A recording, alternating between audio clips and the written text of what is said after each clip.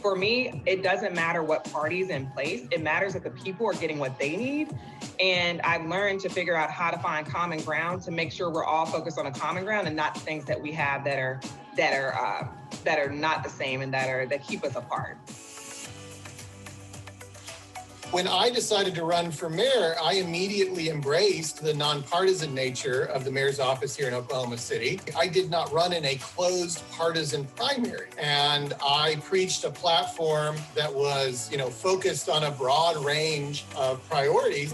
And I have tried to, find common purpose across this very diverse spectrum of political perspectives and ethnicities and all the other things that can tear a community apart if you don't have leadership that's trying to bring us together. If we are going to allow the parties to remain the gatekeepers of our primary elections, then they should be open to every tax-paying citizen. If taxation without representation is the very encapsulation of that founding principle. To me, the primaries in the state of Arizona are the biggest voter suppression that there is in this country, because people are not allowed to vote for who they want to vote for, not for the parties want them to vote for. Is a coming together of political insiders that want to restore some elasticity, some flexibility to the two-party system, and political outsiders, independents, who want to shake up the system and open up the door so non-party voters have much more of a say, and they're joining forces.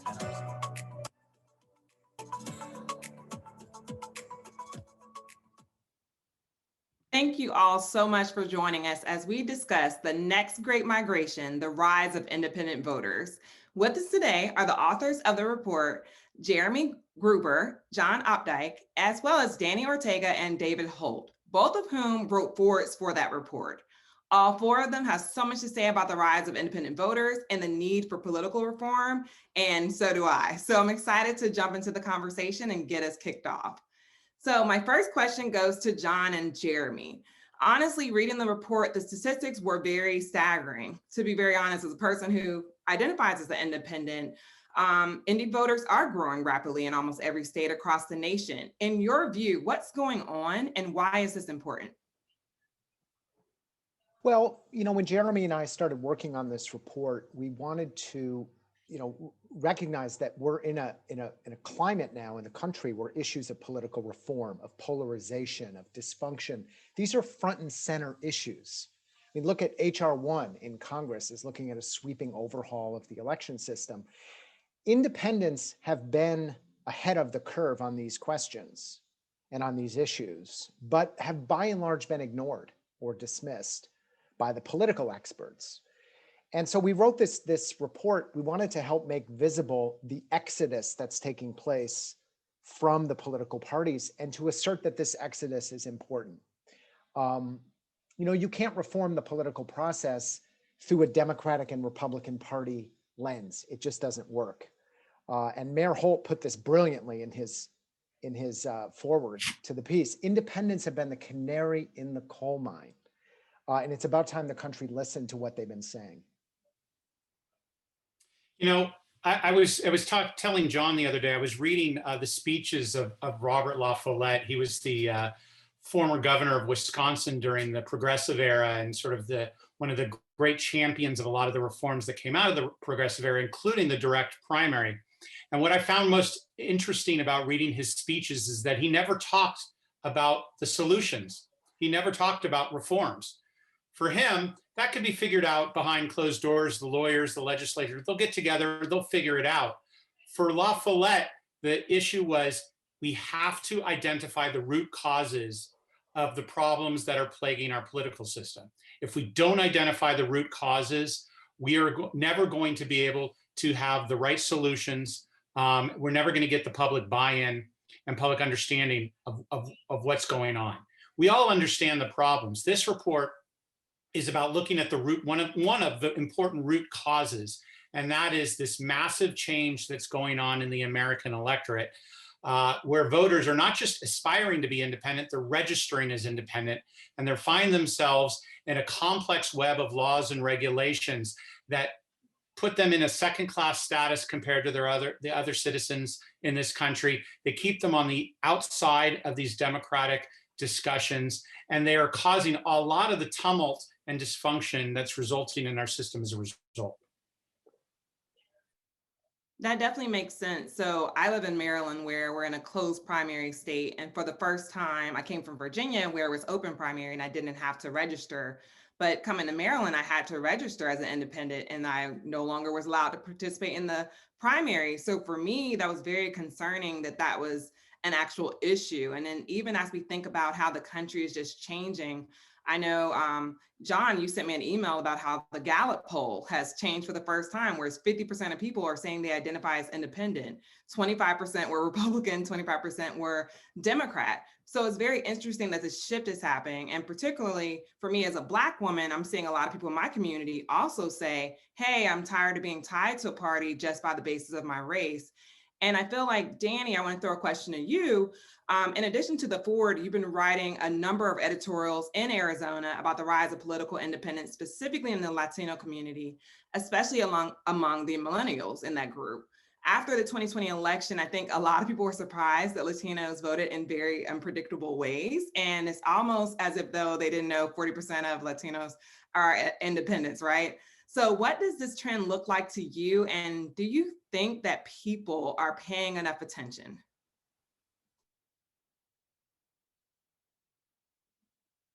Oh, Danny, you have to unmute yourself. Sorry about that. Thank you for inviting me to this discussion.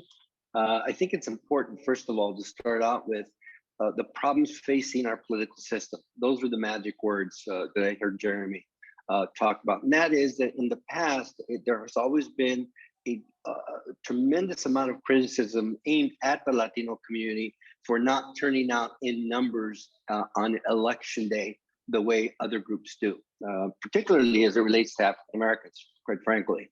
And at the end of the day, it was always blaming Latinos for that. But the problem was, it was the system that was encouraging people not to vote.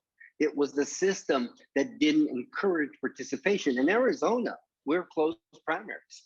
In Arizona, if you want to be an independent, you have to choose a ballot, a Republican ballot or a Democratic ballot in order to vote. Most people say, I'm not going to get into choosing what I didn't choose to begin with if I'm going to be an independent, right?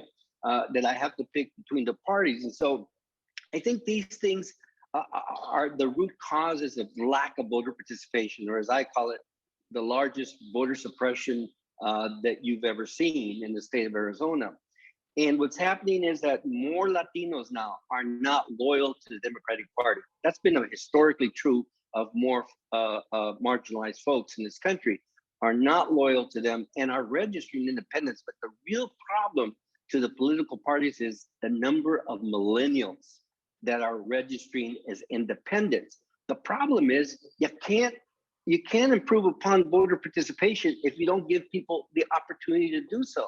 So that when you have so many Latinos registering to vote and they can't vote in the primary because they make them choose a ballot, right? And you don't nurture that civic participation that you need to get them to the general, and you have redistricting that protects, I call it the self-preservation project, that protects incumbents, particularly Latinos. First of all, Latinos candidates, and particularly incumbents, they want every Latino alive to be in their district.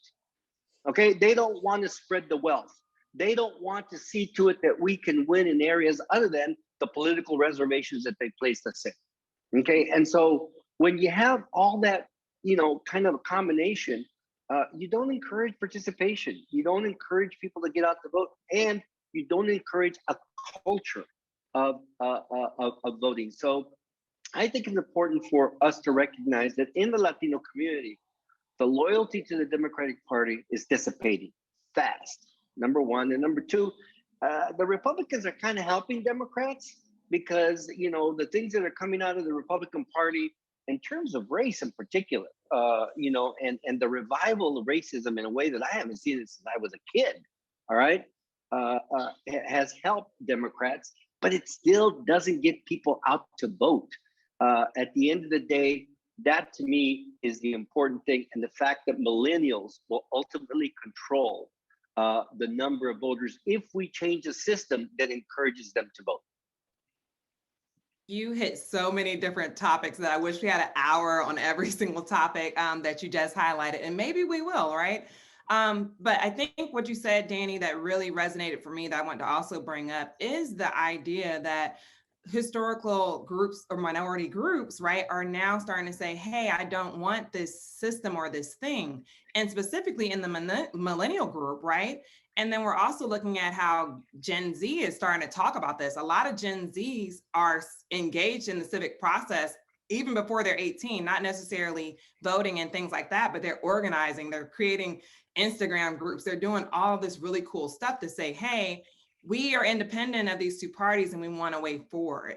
So I appreciate you for bringing those topics up because I think those things are very important. And another thing that I want to bring up is the fact that when we have those two parties, right, and you kind of hit on this, where it's like traditionally they're used to getting Latino voters or Black voters. So they expect that demographic to vote a certain way. And after a while, it feels like politicians get a little lazy, if I can be very clear in saying that. And they just basically say after primaries, right, they win the primaries, and you pretty much know where you are if they're going to win the general election. So they don't have to do any work. So that's where I want to like lean on to Mayor Holt. Mayor Holt, I want to read a quote from your forward. So you said, I speak from experience that nonpartisan and partisan systems have a profound impact on the people elected to serve. Open systems foster collaboration and bridge building in the service of finding solutions. Closed systems foster zero-sum game competition and partisan rivalry. Do you think this open versus closed system is connected to the growing numbers of people who don't want to be in a political party? Yes, because the current, well, first of all, thank you for having me. Thank you to John and everybody, and thanks for all the work that you do collectively in this area. Yes, I mean, because here's what's happening. The outcomes you achieve are absolutely dependent on the inputs you put into the system. And so we have a system that incentivizes inputs that are divisive, that are seeking to run to the extremes because that's who's voting in a closed partisan primary process. This inevitably yields outcomes that sort of turns a lot of people off, especially the 50, 60, 70% of people that are, if not 70, 80% of people that are in the middle. So contrast and compare different systems. And we're a great example of, we're basically a top two nonpartisan system in the city of Oklahoma City. And when I ran, even though I'd been a Republican in the Oklahoma State Senate, I ran as a very nonpartisan, with a very nonpartisan vision. And I got 78% in a city that's about 50-50 along politics. It's a very purple city. It probably voted for Joe Biden by about 5 points in this most recent election. But I got 78% as a registered Republican because I ran nonpartisan and I ran that way. You know, I was incentivized to run that way through the system. And that you can't, nobody gets 78% in the current system we have because it's made to divide us. It incentivizes a candidate, either Republicans or Democrats, to try and get, you know, more than 51% of the votes in their primary. Well, that's, I'm simplifying, but that's 26% of the electorate. And then they ride that all the way to victory. Well, we have basically a whole government that is formed of people who got 26% of the vote. You know, they have focused on getting a majority of half of the vote. And once they advance to the general election, the partisan loyalty usually forces the 24% that they didn't get to go ahead and vote for them. And so then they carve out their 51% majority of the general electorate, but 3/4 of the electorate didn't really like them. And the system creates those bizarre outcomes instead of a system where every candidate faces every voter gets to weigh in on every candidate. And that creates a system where you have to appeal to the vast majority of people. You know, you have to appeal to the middle, the 50, 60% of the people in the middle who are not extremists. And that's what and so when you ask me, does the system we have drive people to not want to be in a party? Yes, because the system we have creates bad government outcomes, and people look at the two parties and they blame them for that. We need systems, whether it's open primaries, whether it's top two, whatever it is, we need systems where candidates are incentivized to appeal to the broad electorate, to all of their constituents, It is the way that a high school student would tell you we elect people. If you asked a high school kid, how do we elect people in America? They'd say, well, everybody runs and everybody gets to votes. That is not at all how we elect people in the United States of America. We funnel them through these silos, and great candidates are never even exposed to the general electorate, unless they run as an independent, but that's not viewed as a credible way to seek office right now. That has to change. And we need to acknowledge, as John has and his colleagues have pushed for, we need to acknowledge that independent voters exist, whether they're registered that way or not. And it's really about half the country, and find a way to channel that energy into better electoral outcomes.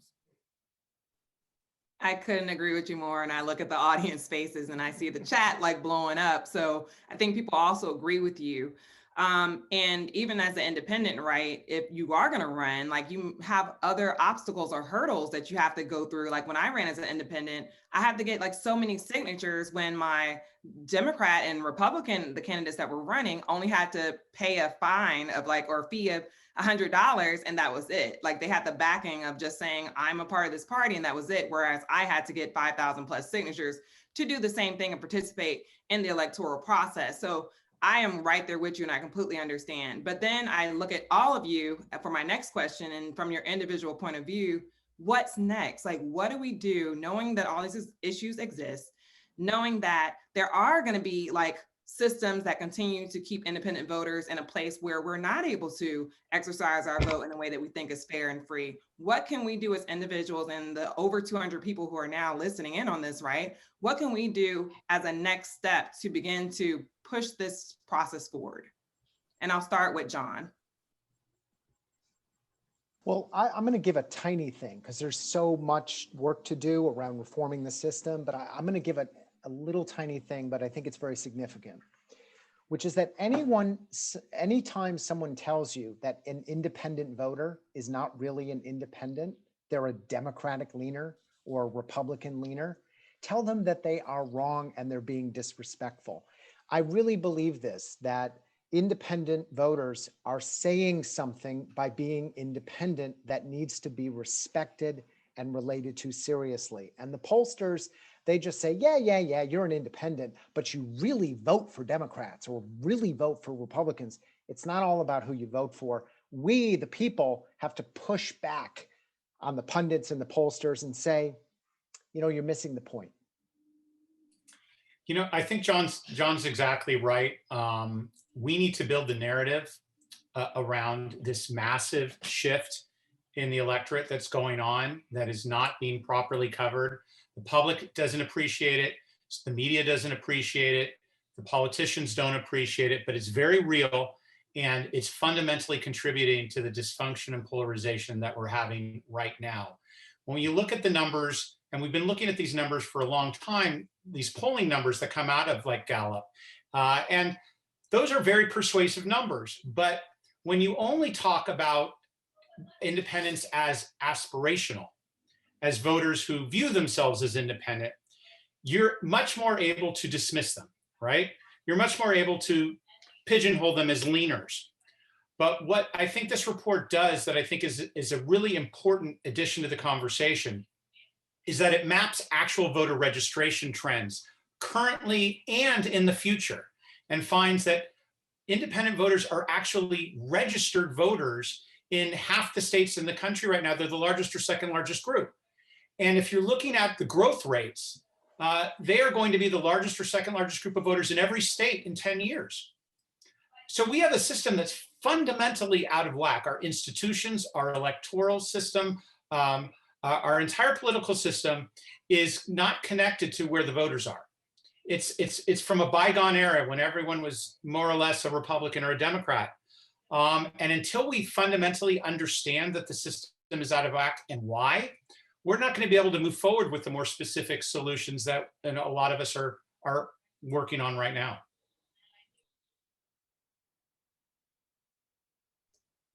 Danny, or I think, yeah, this is Danny. One of the things that we're facing right now all over the country is this perpetuation of, party loyalties, is in redistricting. We right now, we are at that point in history in which redistricting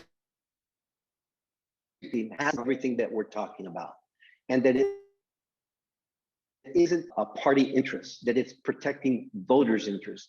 Look, I'm a big believer in the Voting Rights Act, so I don't want to get off on, the issues surrounding that. Let me make it clear.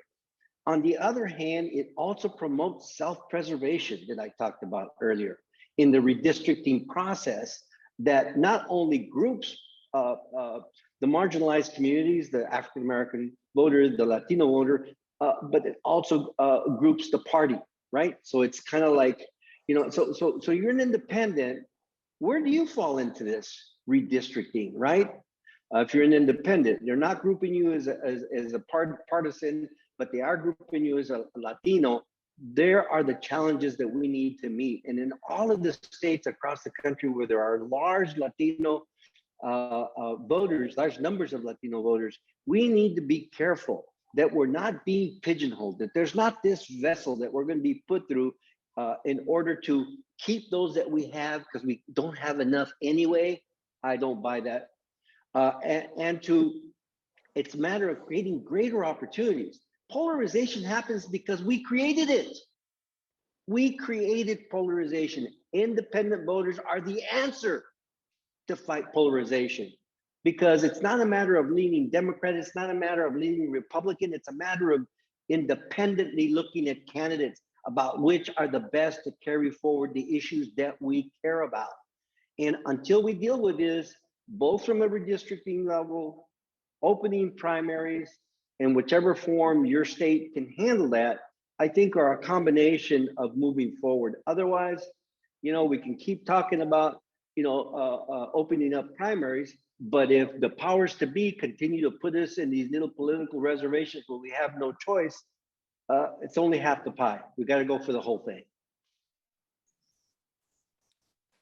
Amber, I think that, I think redistricting is important, although every state's a little different. Like in Oklahoma, we have overwhelming Republican majorities in our state legislature, and it's going to stay that way even if you had an independent redistricting commission. What you really need, I think, is a top two or open primary system, and then you would have different Republicans. You'd still have probably a lot of Republicans, but you'd have Republicans who are incentivized to cater their message to a broader electorate and not just try to chase the most extreme voters in their closed primary system. So I've got some Oklahoma friends on this call right now from places like the Oklahoma Academy and Let's Fix This. And my message, which they've already heard, to them and to anyone is, coalesce around one goal. For me, I think the game changer in Oklahoma would be top two system or open primary system, something that incentivizes candidates to have to face all the voters and gives all the voters a say in the outcome. But, every state's probably going to have a different situation. But for me, if you had to do one thing, it would be rallying around that, around open primaries, around top two voting systems. Definitely understand where you're coming from. I used to live in Del City as a kid, so Oklahoma, feel free to go for it and do some amazing work. But now at this time, we're going to open it up for questions. A quick reminder to ask a question, just type your name and state in the chat, and then one sentence description of your question. I'll then call on you to ask the question. So let's go ahead and get started. Our first question comes from Jessie Fields of New York City. And she has a question around nonpartisan elections and open primaries. Jessie, feel free to unmute yourself and ask your question to whichever member of the panel you think is the best person to ask that question. We'll also jump in as a panel. Okay, great. Thank you very much. This is really great. My question is around, one, the fact that there's, as you've highlighted, enormous growth among independents through diverse communities. Among America, 50% are now identifying, including in the Black community, the Latino community. At the same time, our electoral process, as has been stated, is closed. So a lot of times independents can't vote in the primaries. We just were involved in a campaign in Florida at the end in the November election to try to open up the primaries in Florida. And in Florida, as well as in other states, including New York, where I live, the leading argument put forth by the party establishment, and in Florida, many Democratic Party elected officials and Black Democrats were saying that opening the primaries will hurt African Americans, will hurt communities of color. That's the top argument that's used. And unfortunately, you know, they have that rhetoric. So my question is, it seems to me that we have to confront these challenges. We're up against really serious challenges. The Democratic and Republican parties are very threatened by independents and by opening the primaries. So how do we confront that? I think it's very important to do that. And it's such a contradiction because, as you pointed out, political independence is growing among communities of color. And how do we reach out to disenfranchised, marginalized, poor communities with this message of how important it is to their communities to be included and to have nonpartisan elections and nonpartisan approaches to public policy? I want to say one quick thing, and then I would love for Danny if you could start this one. But I live in Baltimore City, and Baltimore City, for the first time, we had an independent candidate for mayor who actually got 20% of the vote in the general election. And that was amazing, and that he actually started running in October, like really, because you can't turn in your signature until August and all that type of thing. But a lot of folks, and Baltimore's majority Black, voted for this independent candidate that had these great ideas. But we also saw that we need to educate folks on the fact that they don't have to subscribe to a certain group just because that's how it's traditionally been. So I'll yield back and pass it over to Danny. Well, I think that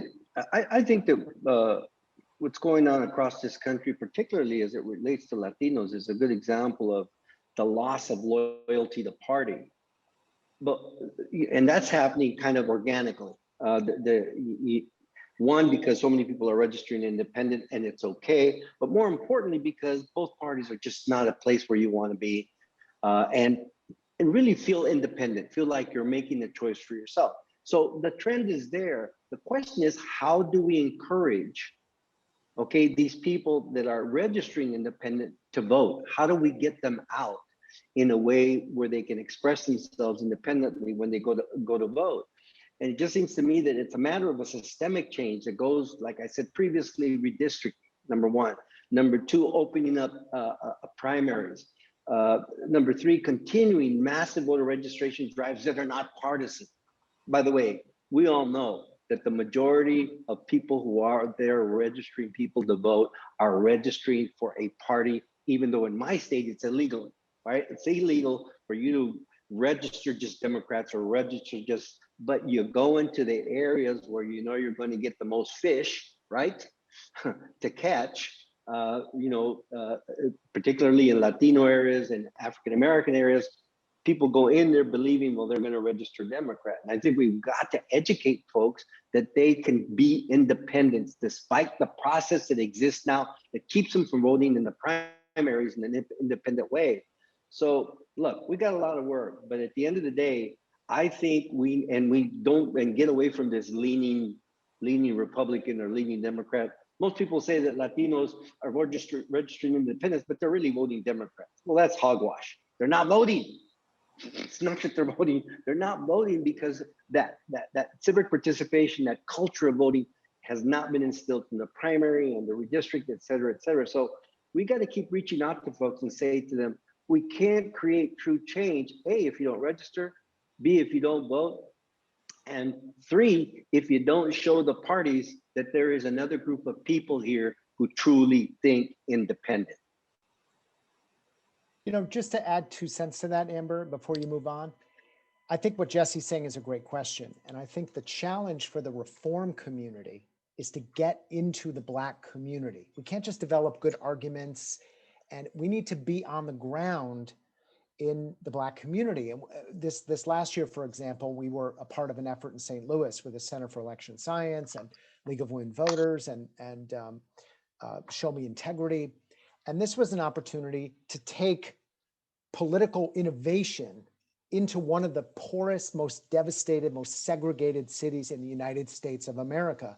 And given that the Black community has played a leadership role on voting rights, on moving the country forward, to not be in the Black community and to say you are an important voice in this effort is a real problem for the reform community. We're a little too white in what we do.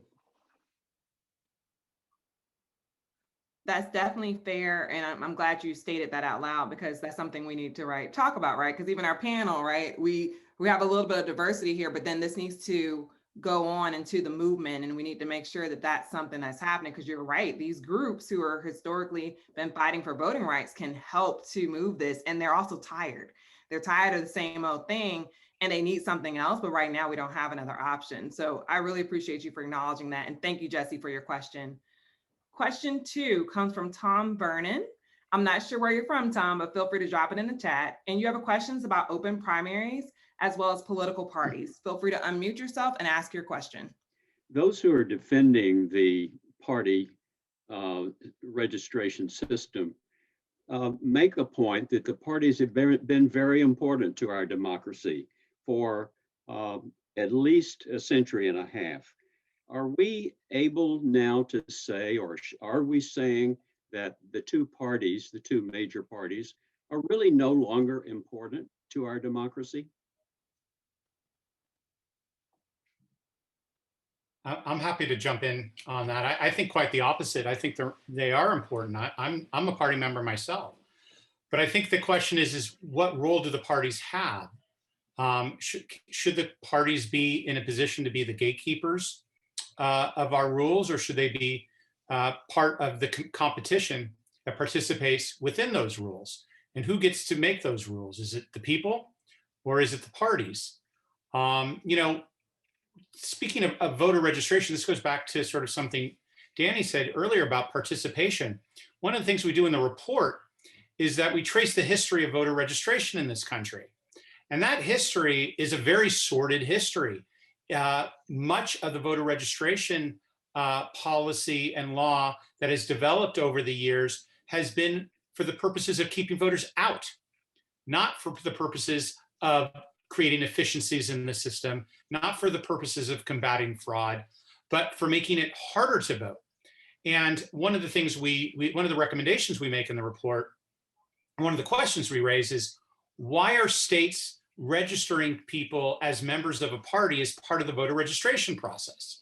It's a fundamental contributor to a lot of the issues that we're talking about right now. 20 states, you simply register as a voter. And that sounds simple enough, but in the majority of states, you register as a Republican, as a Democrat, as an unaffiliated voter, Green Party. The moment you do that, the moment you have siloed yourself and put yourself into a system that keeps you separate and different from every other voter. So I think there's a lot of ways the parties have infiltrated our system of elections and political participation that's harmful. But I think they have incredibly important roles as competitors within the system to gather like-minded people together to run candidates. It's just a question of where do we draw the line? The line has gone way too far in the wrong direction. Amber, can I add something to that real quick? Yes. I think it's also important that candidates understand how they do not encourage voter participation. They do not, okay? They're the leaders of voter suppression. What do? They say, okay, give me the statistics that shows me how people voted in the last 3 elections or pre-primaries, whatever it is, right? And then they say, give me those names, give me those numbers, and that's all who gets information. The folks who are always voting, okay? We've also got to break this system within our communities, but within our communities and within our candidates to say, look, you got to reach out to those who are not voting, because if you don't, they're not going to get to vote. Spent $16,000 on a poll 20 years ago to find out what? Well, I don't vote because nobody contacts me. Duh. Okay. And that's the other challenge that we're facing, that voters are being discriminated against by the candidates. Only those who vote frequently are being contacted. So the next challenge is, how do we get to those that aren't voting? In Arizona, you will never be contacted by a candidate in a primary, ever, okay? Unless they happen to come to your house and not know that you're an independent, right? But in terms of literature, in terms of direct, solicitation, it's just those who have voted in the last 3 elections, and everybody else is left out. Another challenge for us. And I want to piggyback, if I may, Amber, on what Danny's saying. You know, I sympathize with a candidate who wants to focus their finite financial resources on those who are most likely to vote, So it's not necessarily their fault that they're not, mailing mailers to people who are unlikely to vote. It's really incumbent on the system and the government to market the election better. And there's many different ways we could spend an hour on this. But one of the things I've always liked about a top two is it's only 2 elections. And that's just more likely for people to participate in. Here in Oklahoma, we have 3 elections. We have a primary runoff, and then we have, and that's, by the way, the primary runoff is the least participated in election, and it is where the most important decisions are usually made. And then you have the general election. And so with 3 elections, it's highly unlikely that those casual voters are going to participate. So cutting from 3 to 2 is another good aspect. Marketing the election better is something that's always been important to me, and I think resonates a little bit with what Danny's saying. Yeah, I definitely agree with a lot of different points you all just brought up. And then we can even think about what happened in Georgia, right? Where there was a big focus in that state to get folks who had not voted, right? And how that turned our election around. So I think there has to be some parallel movement outside of the candidates doing that work for sure, and making sure the government is making like voting and registering to vote a thing for sure. And I think we do need to have more conversations around that. So I appreciate all you all's thoughts on that. And then Tom, thank you so much for your question. And we're going to move on to the next question. So our third question comes from Mike Kinnick from Georgia. He wants to talk about lessons learned from the recent situation in Alaska with Senator Murkowski. And you can unmute your mic and go ahead and ask your question. You pretty much did. It's Mike Kinnick. I'm just wondering how the group thinks, or the panelists think, about the impact of the single nonpartisan public primary, and how that's freed up Lisa Murkowski to vote her conscience and vote what she thinks is right versus what will hurt her. And then basically because they've taken the ability to use the primary as a weapon and being primaried away from the Republican Party up there. So I'm just curious what the groups, that looking at this from the candidate's perspective is the other note I put in the chat, what the thoughts are about that. And David, just since I'm talking, I'll just also comment that as someone who came into this without a strong opinion about the top 2 versus top 4 versus top 5, and his watching sort of the process unfold here in Georgia, as the final 5 effort is getting some traction here in Georgia. There is some very interesting historical perspective about the impact of top 2 has potentially on minorities. And I know that's a hot topic, and it's a whole nother question to add into this mix, but the whole top 2, top 4, top 5, I welcome any comments on that. John, can you answer the first part of that one? And then David, do you mind dealing with Sure. a little bit of the first part and the second part? Mm-hmm. Yeah, I mean, there's now 4 states with nonpartisan primaries: Washington, California, now Alaska, and Nebraska, though they don't use it for their federal offices. There's very few people, representatives and senators from California, Washington State, and now Alaska that were voted to not accept the results of the Electoral College. When you create a nonpartisan system, people can just govern more on the facts and what's good for their constituents and good for the country. It's not rocket science. It's pretty 3rd grade, actually. Mayor Holt talks about this brilliantly. You put people in a crazy system where they're incented to listen to the 10%, the 15%, and not the 80%, the 85%. Why are we surprised that they vote in crazy ways?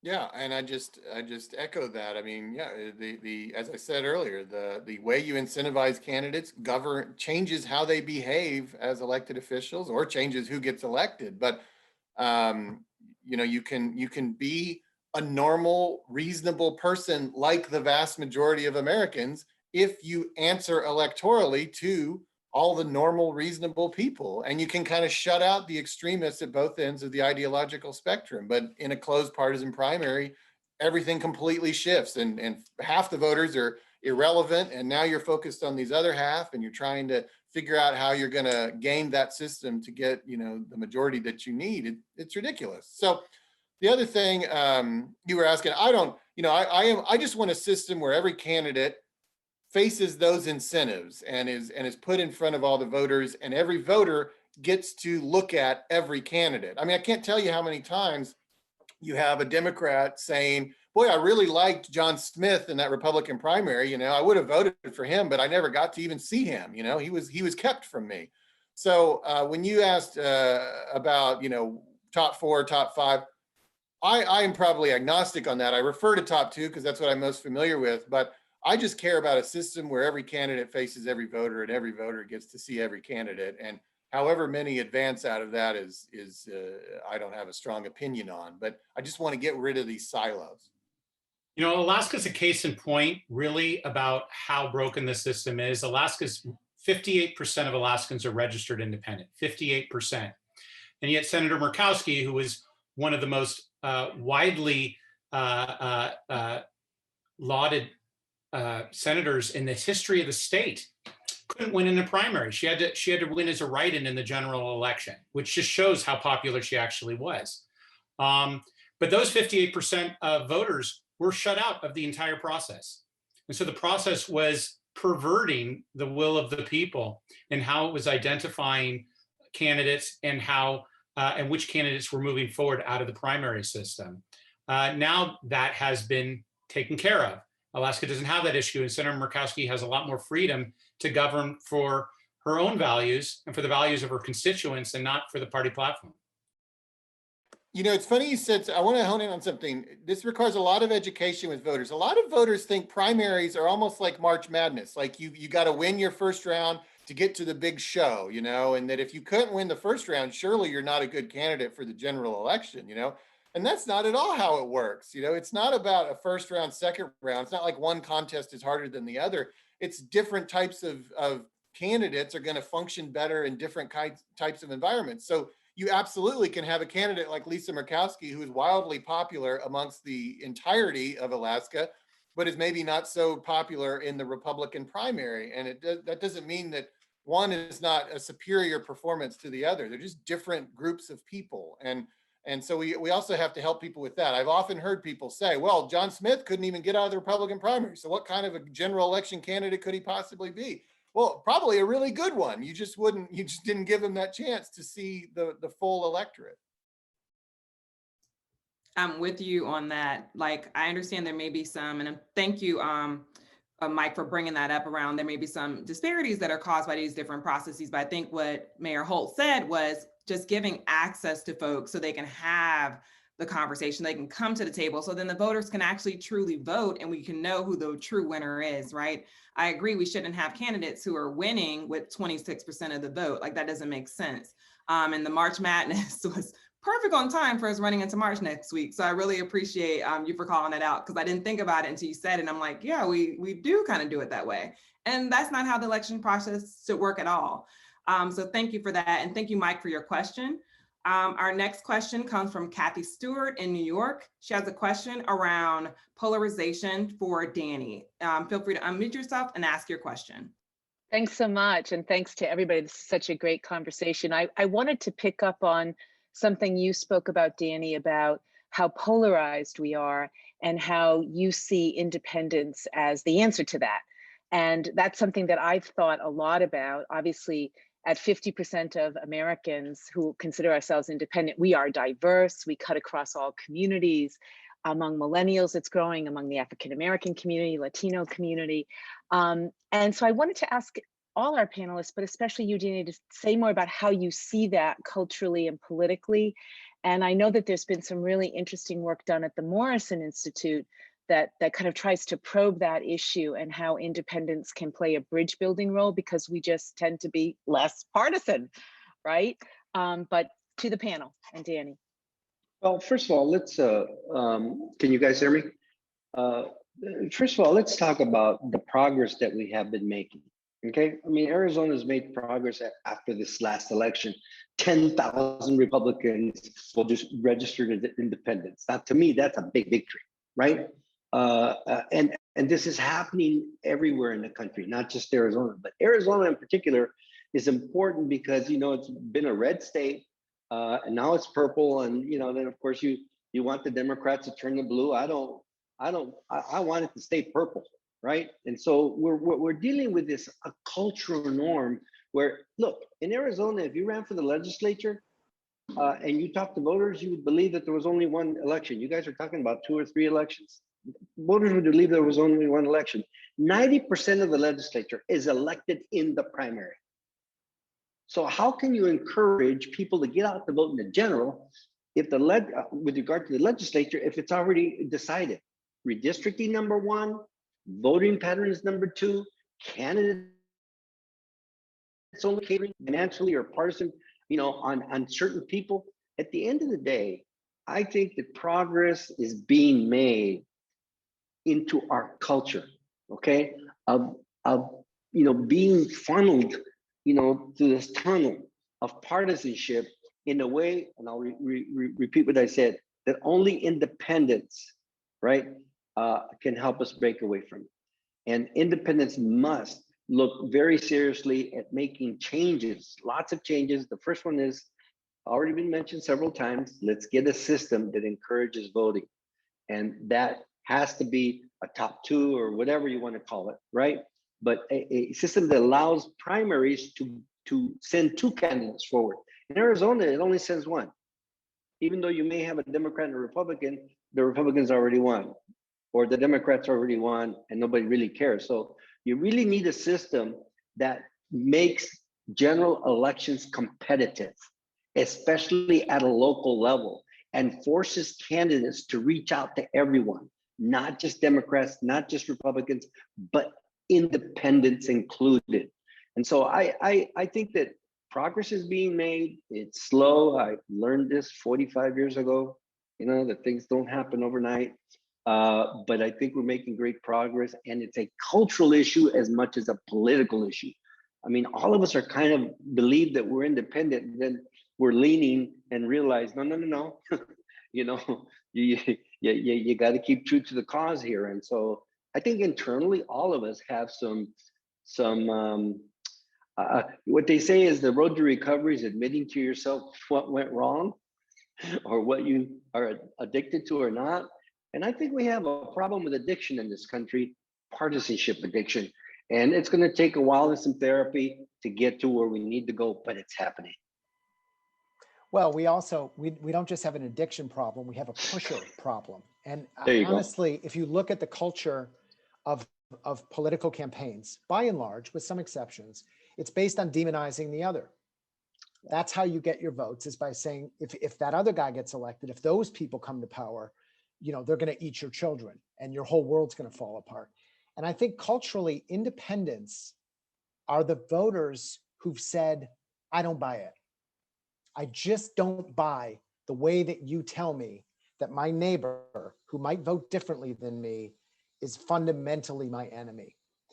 And I think that, to your question, Kathy, how are independents the solution? We have to find creative ways to tap into the sensibility of independence, that we don't have to negate and demonize and attack each other in order to move the country forward. And that's a real creative challenge, because the demonization industry is so big. It's very, very big. And, you know, just to add one thing to what Danny was saying earlier about the public needing to understand, the political class understands this very well, about the role of independents. That's why they try to keep them out.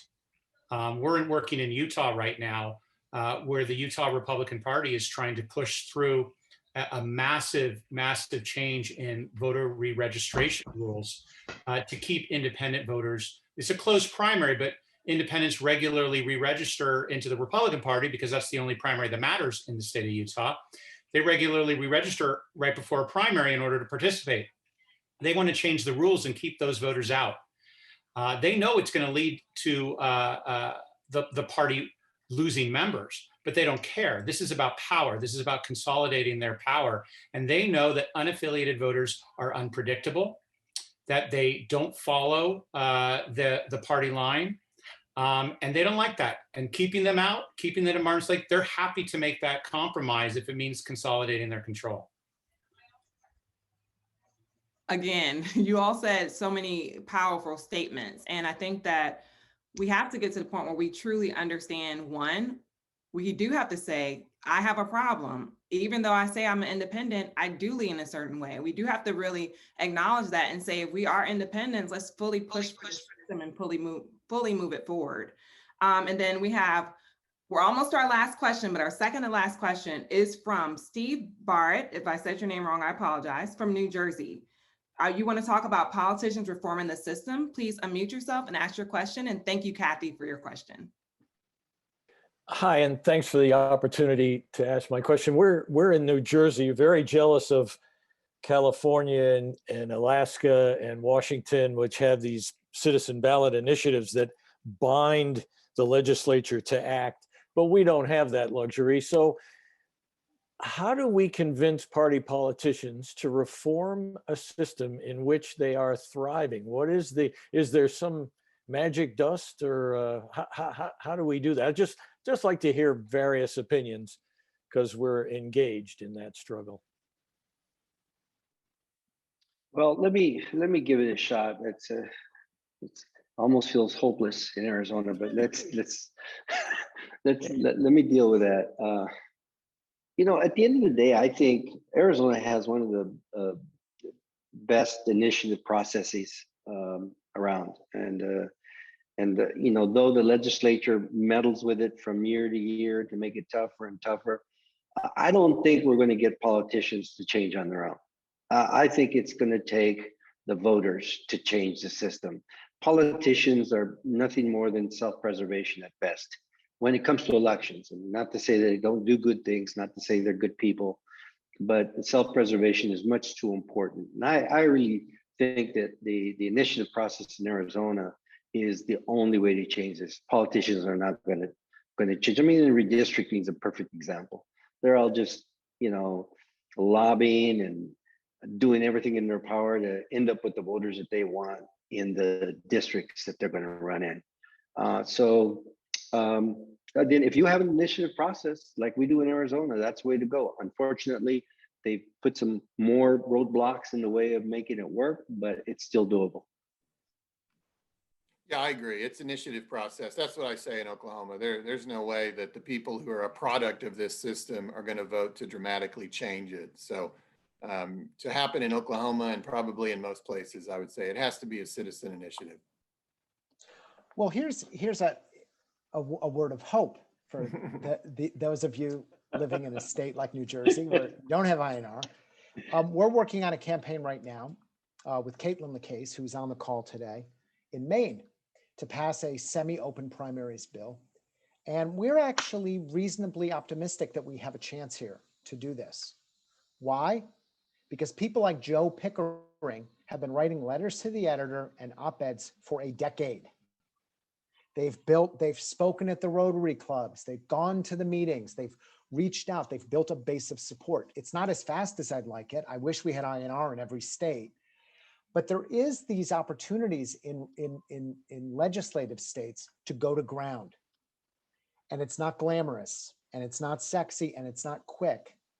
But ultimately, you can build and you can grow and get to a point where the legislature, when Caitlin calls them up and says, we want you to vote for this open primary bill, they've been like, I've been hearing from my constituents on that for 5 years. Of course, I'll vote yes. I think you're exactly right, John. And as I'm listening to you all, I realize that part of the reason I'm an independent is because my dad was in the military and I lived in places like Oklahoma, Arizona, Mississippi, Virginia. Like I've had a whole bunch of different experiences to like really shape my life view. And when folks don't have those different experiences, then you grow up in a place that is predominantly one political party. It's very easy to see how you become a part of that system. So I'm really happy about this conversation, and we only have time for one more question. And it's a very personal question that's coming from Lillian Clement. I think it's Clementy out of Virginia. Lillian, please unmute yourself and feel free to ask your question. Hi, thank you very much. It's Clemente. And I saw some pessimism in the chat. We just passed redistricting reform in Virginia against the interest of the legislature. And it was because one, grassroots support, two, and because they didn't know who was going to be in charge of redistricting this year, right? So it can be done. And my question is, that nearly killed me. I'm still recovering from that. What do we do next, right? I mean, as a citizen, I have an open primary here. I've just participated in redistricting reform. What do I do next to move this ball? I'm sick and tired of the polarization. I'm done with it. And if all panelists can answer that in 30 seconds, that would be great. Thank you so much, Lillian. I mean, I think Lillian's structural political reform is a good start, but it's just a start. We have to take advantage of these reforms to bring together people from across the aisle and who have different views. And that's citizens groups, and that's forums and dialogues. We have to build a new culture in our new system. I'm with John. We need to organize, but we can't just organize among the people we're already talking to. One of the big issues that the reform movement faces is how small it is. We need to build bridges with other movements, with other groups. You know, everybody who works on any policy issue right now in this country is frustrated by the lack of movement on that issue. When government's not working, every issue suffers. We need to build bridges with everybody who cares about anything that's before state legislature, that's before Washington, D.C., and work together to get the system healthy so that all the policy issues we care about can actually get a hearing. Well, this is Danny Ortega. Let me tell you that I'm tired of talking to Democrats about this. What I need to do is, given the large number of young people that are out there who are registered independent, especially in my community, I think that's where I got to spend my time. I got to spend my time with people who are registering independent, or as we call it, non-party preferred. I'd like to call them independents, but I think we need to spend more time talking to them in groups, small groups, a little at a time.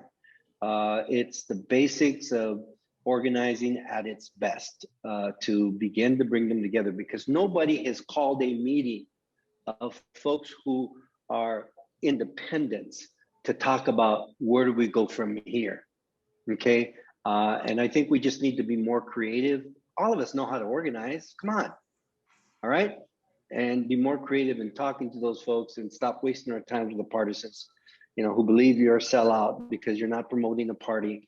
You know, let's just do it.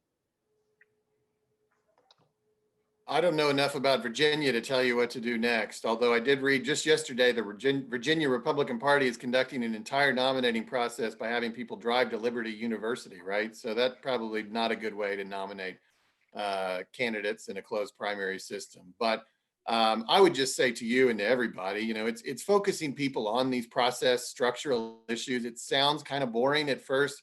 We get passionate about it because we've dived into it enough that we understand it's not boring. It's actually the fundamental foundation of everything else. And so I always view these issues as more important than any policy issue, because the outcome of every policy issue is dictated by how we elect people and how we create the structure for decisions to be made. So I just keep dreaming and keep trying to get people excited and motivated about these fundamental issues, because everything else is an outcome that will result from what we're talking about right here. It's the golden key to every door. And it was amazing how many people in Virginia got it, actually, and were engaged. Anyway, enough for me. Thank you so much, Lillian, for your question. Thank you to John, Mayor Holt, Danny, Jeremy for being here today. Thank you for everyone who took time out of the middle of the day to talk about a very important topic. And I see in the chat, like, that was very engaging and folks are feeling really activated. So my next step is to go get the Great Migration Report and read it. And really, I've tried to understand what's going on. We'll make sure in an email following this that you all get the recording as well as a link to that report. So please make sure you share that far and wide, because folks need to know about this, and different places should be asking some of these individuals who are on the panel to come out and speak about this on CNN, CBS, and all these places. Let's make this a thing, and we can do that through social media and through our networks. So please help us share it far and wide. And thank you again for participating. We're looking forward to even more conversations like this. I feel like we just got started, but we'll be back for sure. So thank you all so much and have a wonderful day.